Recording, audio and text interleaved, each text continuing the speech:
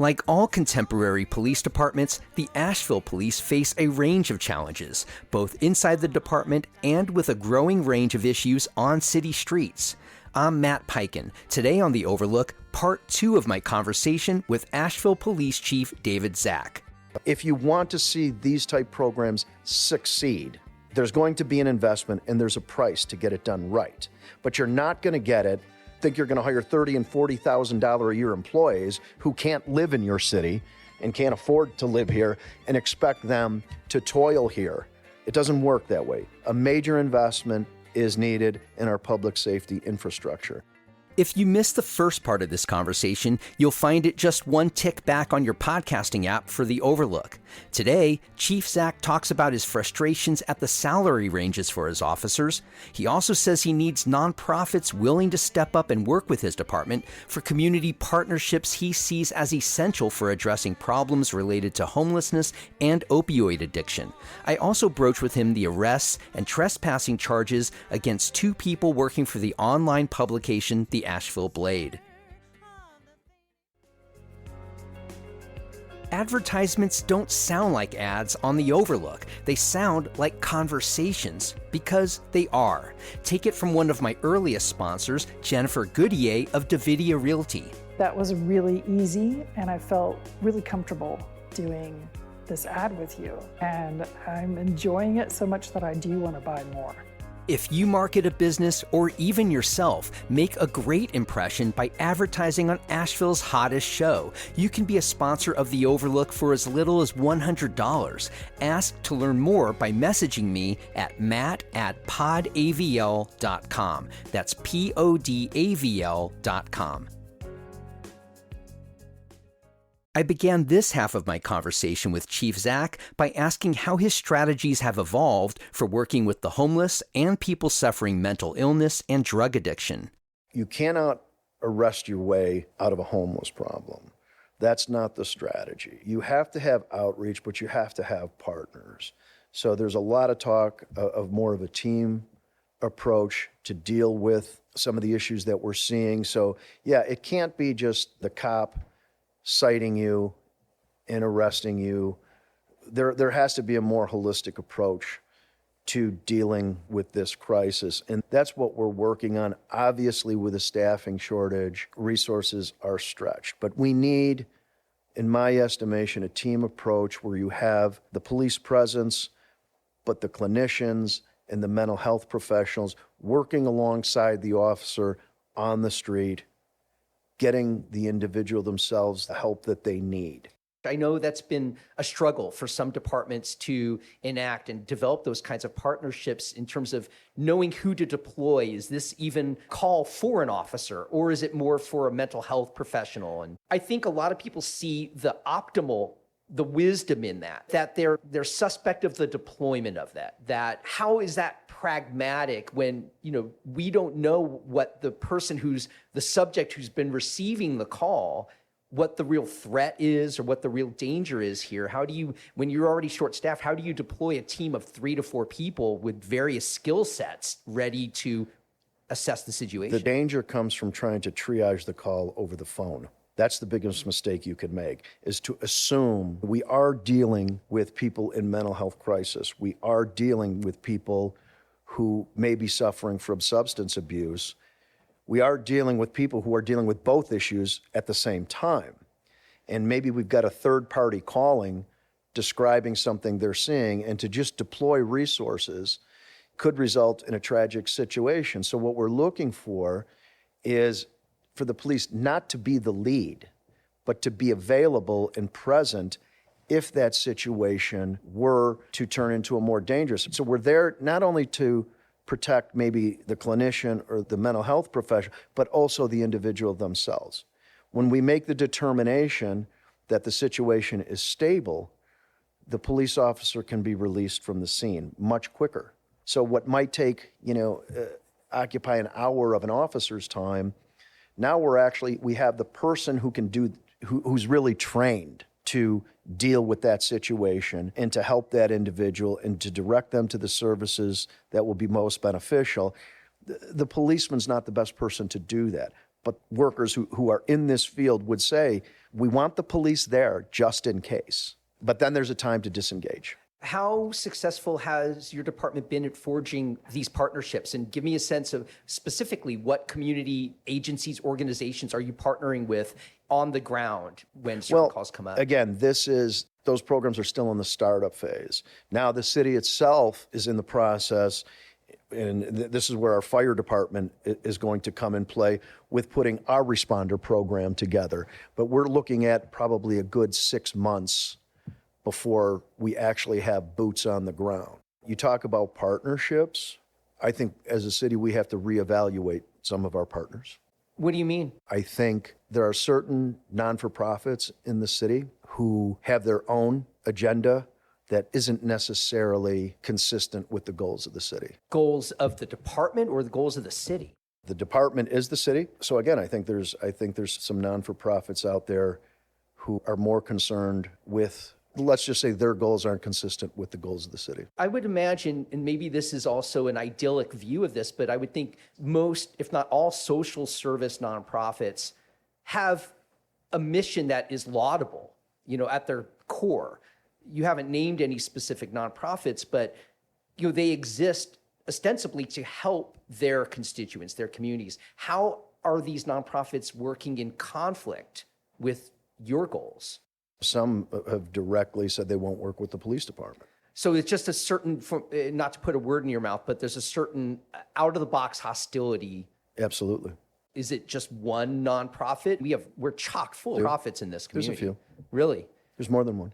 What do you do then if you're saying you feel a need to have these kinds of partnerships on the ground to be a successful department in a contemporary America, contemporary Asheville, and the people who would be partners with the Asheville Police are coming right out of the starting gate from your vantage point, from a place of hostility? How do you then fulfill your goal of having a more holistic, community-oriented, diverse response team? Find better ones, and they're out there. And we will work with them, and we will be successful. Do you care to name any of these nonprofits you're talking about? No. Okay. So let's go back to the event from a couple of weeks ago and the people from different business sectors who were talking about the crimes they were experiencing. And there seemed to be a uniformity around them, around vagrancy, maybe homelessness, but they were talking specifically around vagrancy and trying to be careful about not vilifying the homeless specifically. Are these the kinds of situations we do need a multimodal approach to? Absolutely. Absolutely.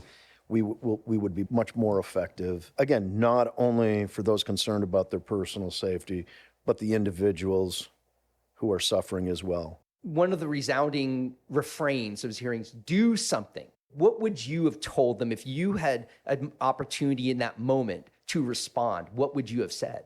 I have had the opportunity in other forums. I'm sure you have. Just tell our audience what you've said. Just what I told you. Policing believes we are not the best persons to be on the front line of this, that we need a team approach. We don't resist that at all. And I know I've heard from certainly the police aren't as supportive of this idea or this concept. That is complete nonsense.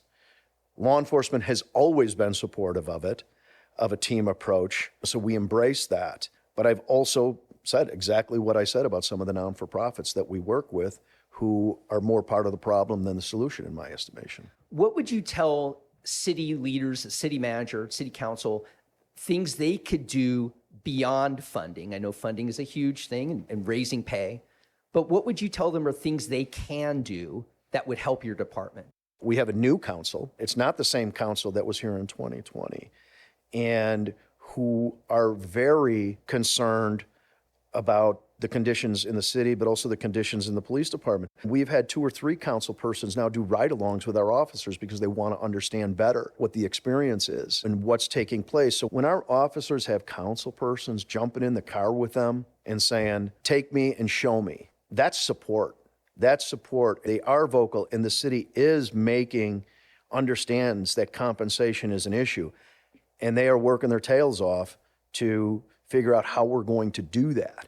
So they're seeing that our council persons are investing in the department, investing in their future, and doing their best to understand what the challenges are. And nothing, in my estimation, demonstrates that more is when a council person wants to jump in a car with a cop and show me what it is that you do. You've been here now 3 years. Just finished 3. Yeah. So what are some signs of hope or progress around some of the city's more intractable issues that you're seeing every day? What are some things that are getting better? What can you tell our residents that things are better now than a year ago or 2 years ago? There's a better recognition of the problem that the city's facing. The problem it's being- whether it's crime, whether it's homeless, tourism, substance abuse, all these ills that associate with the city, there is a recognition that something needs to be done. No one's got their head in the sand. No one's not looking in the mirror. But the first, you got to recognize that you have a problem. The problem being, again, crime in general? When I first got here, I think there was the violent crime in the city was not well known and was not realized. We were going, I think the first year I got here, our officers were going like over 600 shots fired call per year, which is almost 2 a day. There wasn't an understanding that was taking place. And when I started to illuminate some of these issues, the council was very unaware. And they're aware now. They understand now. The people in the neighborhoods understood there was a problem, but it wasn't making its way to City Hall. And we made it clear, this is not good. This is a very big problem. And that crime, violent crime in the city was steadily rising over a significant period of time. And apparently that wasn't being communicated. Do you have a sense of why it has risen? Crime goes up and down all the time in major cities. And sometimes we think we know why it occurred, and other times we predict that it's going to, and then it doesn't. It's not a perfect science. But when you're seeing, like we're seeing in Asheville, over the last 5 to 10 years, is a steady rise. You're not seeing ebbs and flows. You're seeing a steady rise. And so now you got to start talking about what are the root causes of that. Yeah. And what are you surmising? There's a number of factors that affect crime. COVID adjusted some numbers for certain. The economy sometimes plays into it. But these are broad things that would affect any city. Is there anything happening in Asheville? If you ask me what I think the single driving factor was, it's opioids and meth. And that's something that is elusive at best to control? Where there's a consumer, there will be a market. And right now, we have a lot of consumers. Correct me if I'm wrong in reading it this way, but all you can do as a department is be reactive to opioid and meth. You can't, what can you do in terms of being proactive? I guess that's where some of our social service nonprofits come in terms of trying to help steer people away from, that's not something the police do. That's something other agencies and other professionals do, but your department can only come in and be reactive to the impact of that. Yeah, our job is to interrupt the supply, but getting people into treatment and educating, that comes from others. We're there to try to interrupt the supply. If you own or run the marketing of a business in this region, nonprofit or for-profit, podcasting is a unique, engaging way to tell your story. These are called branded podcasts. Your company owns the show, and I'm here to help you put one together. It might be a short series or an ongoing production. You already know about the years of great work I did in public radio and now here with The Overlook. I also want to work for you through my studio, Podcast Asheville.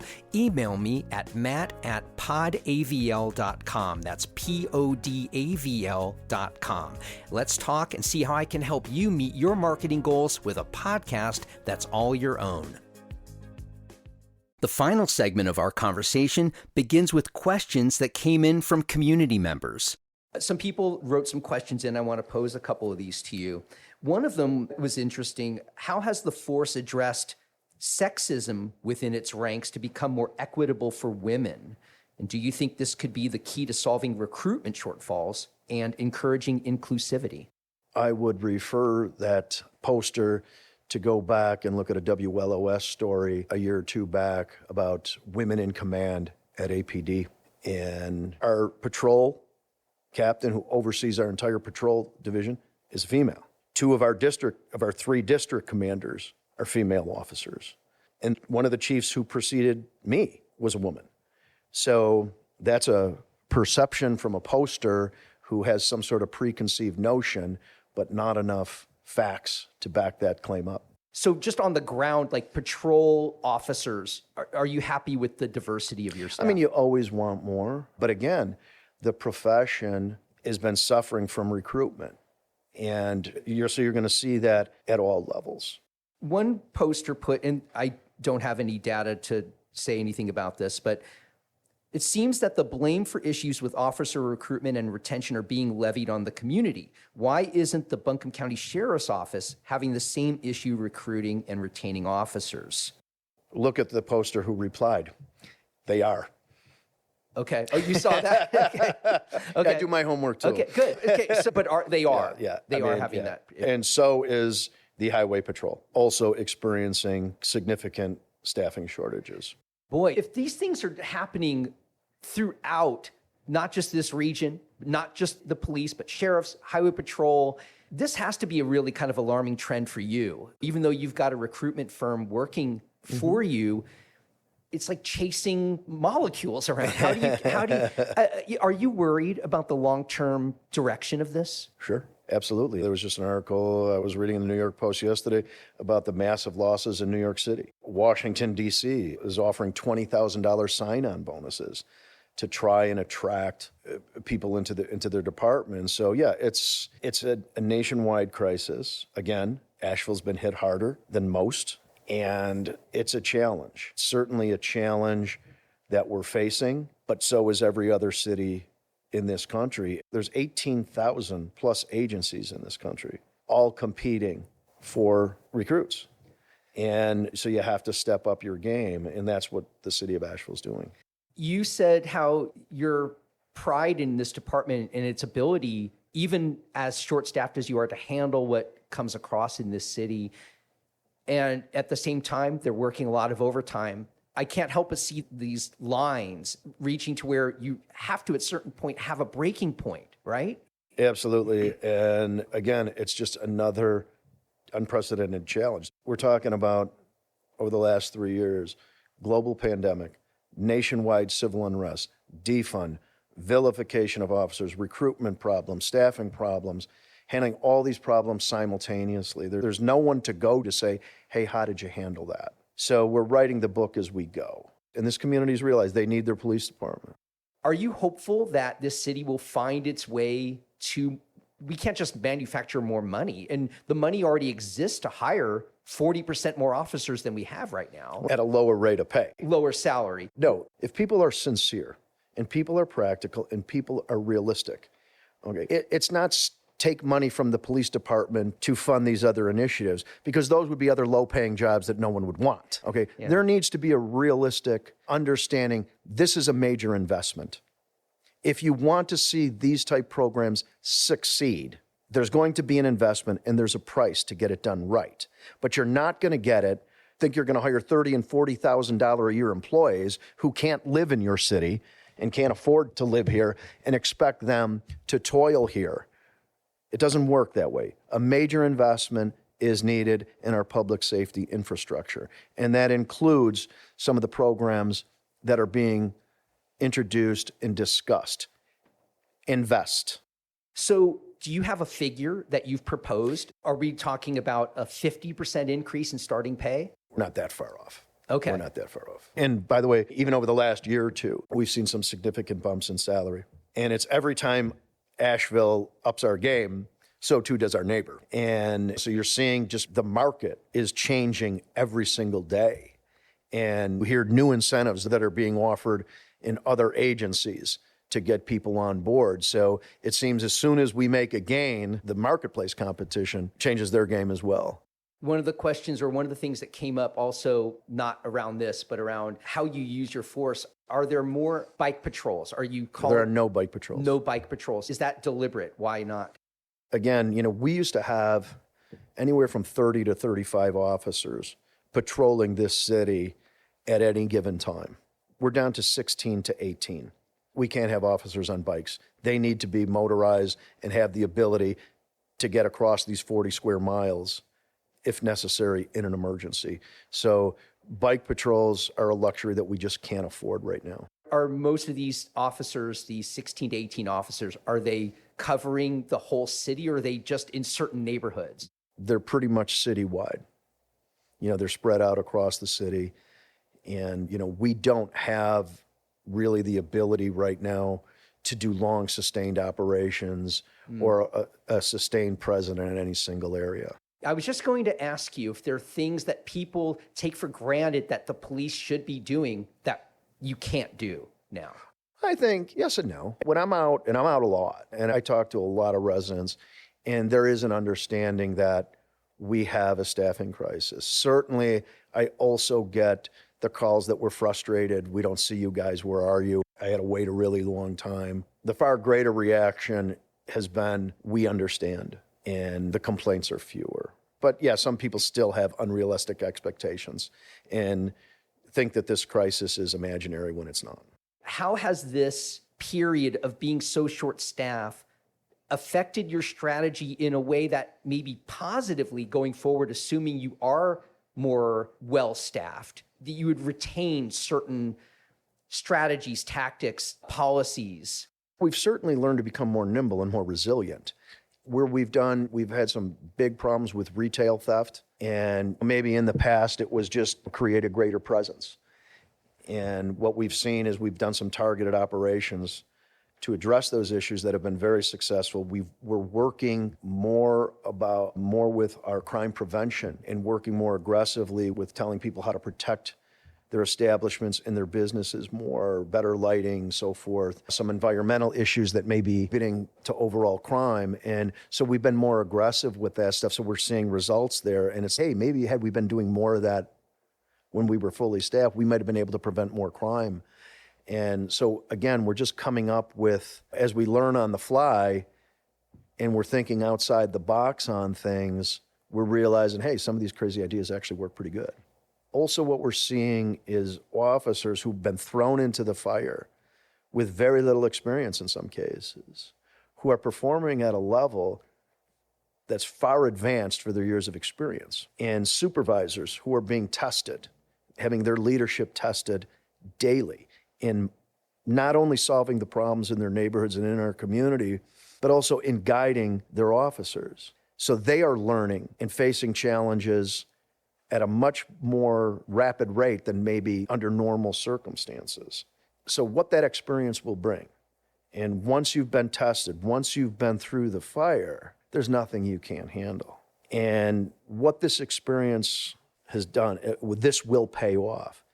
And I am convinced that 5 to 10 years from now, this department will be one of the best police agencies, if not the best, in the United States. That's a tall prediction. Yeah. What would be the benchmarks of defining how we are the most successful department in the U.S., let alone in North Carolina? Because there's an understanding of what it takes. The one thing we preach to our officers every single day is you are our best advertisement, that you make dozens of encounters every single day. You have the ability. This is a city of 90,000. And if I've got 170 some or 200 someday ambassadors who are going out there leaving a positive impression in every interaction, whether it's how we pick up the phone, if we stop you on a traffic stop, taking a report from you, investigating your crime, following up on a problem in your neighborhood, you can reach 90,000 people real quick, especially if we're running into 1,000 a day. And there's been an understanding in the culture of APD is this is how we do it. We don't have to worry about what they say in the paper. We don't have to worry about what they're saying on social media. We win our community over one person at a time. Yeah, but at the same time, all it takes is one interaction with somebody who has a cell phone, and it can all go south. It can all go south. It can all go south, and that's the reality. But that's something that we stress.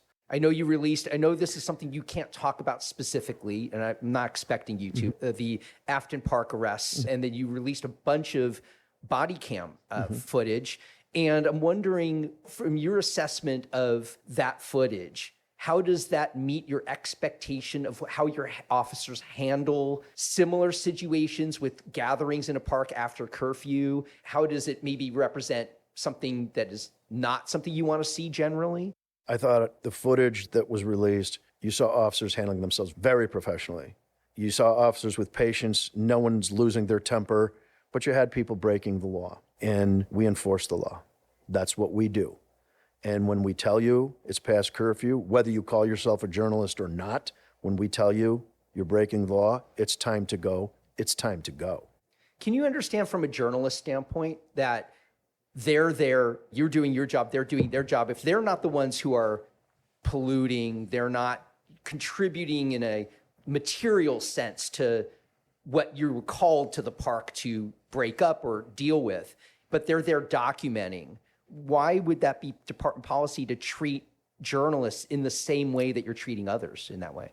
I don't want to get into the specifics of the investigation because there's still ongoing Let's not talk about that. I'm litigation. saying in general about treating journalists. If the officer tells you to go, even though they're there documenting, doing a public service, that's how I would see it. Why treat journalists as if they are a problem or an offender? The circumstances surrounding this event are unique.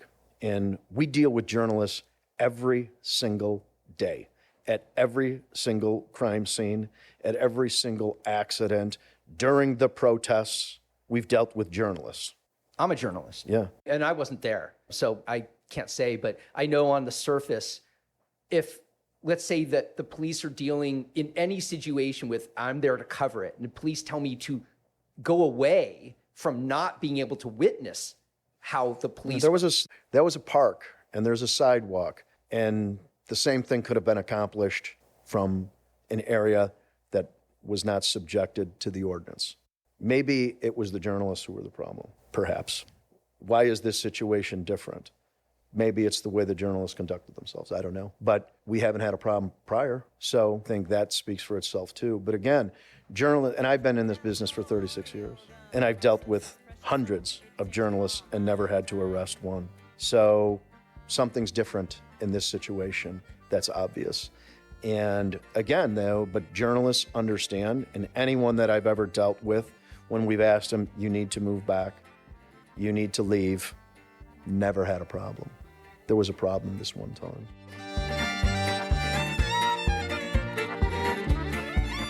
I want to thank Asheville Police Chief David Zack for all the time he gave me answering my questions and some questions from community members. If you didn't hear the first part of our conversation, please go back into your podcasting app and you'll find it one tick back from this episode. Today's conversation happened inside the BB Theater in downtown Asheville, which owners Susan and Giles Collard have been so gracious enough to open to me to record my interviews. Our theme music for The Overlook, Maker's Song, comes courtesy of the Asheville band The Resonant Rogues. The Overlook is a production of Podcast Asheville. New episodes are online by 6 a.m. every weekday wherever you get your podcasts. Sign up for our weekly newsletter at podavl.com. I'm Matt Peiken, and I'll see you on the next episode of The Overlook.